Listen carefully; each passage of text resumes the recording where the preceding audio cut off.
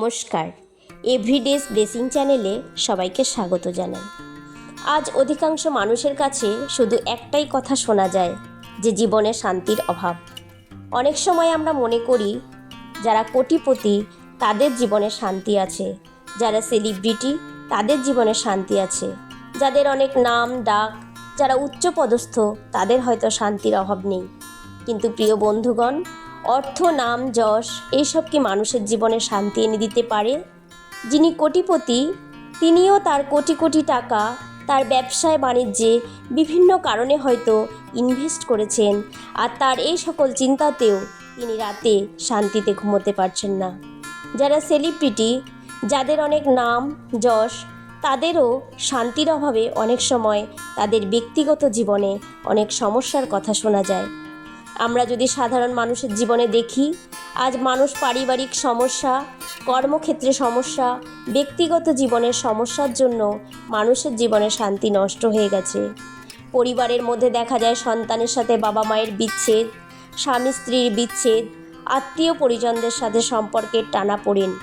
কর্মক্ষেত্রের মধ্যেও মানুষ ব্যবসা বাণিজ্য করতে গিয়ে সাফল্য অর্জন করতে পারছেন না।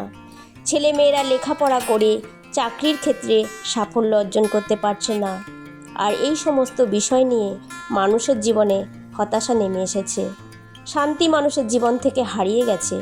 শান্তির অভাবে মানুষ আজ অবসাদে ভুগছেন। এই কারণে অনেক মানুষ নিজেদের জীবনে অনেক ক্ষতিও করে থাকেন।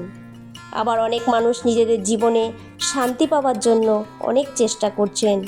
মানুষ শান্তি পাওয়ার জন্য যেখানে খুশি সেখানে যাচ্ছেন, তবুও তাদের জীবনে শান্তি ফিরে আসছে না। প্রিয় বন্ধুগণ, আজ আমি আপনাকে জানাতে চাই, আপনার জীবনে শান্তি যদি অভাব থাকে তাহলে একজন আছেন যিনি আপনাকে শান্তি দিতে চান।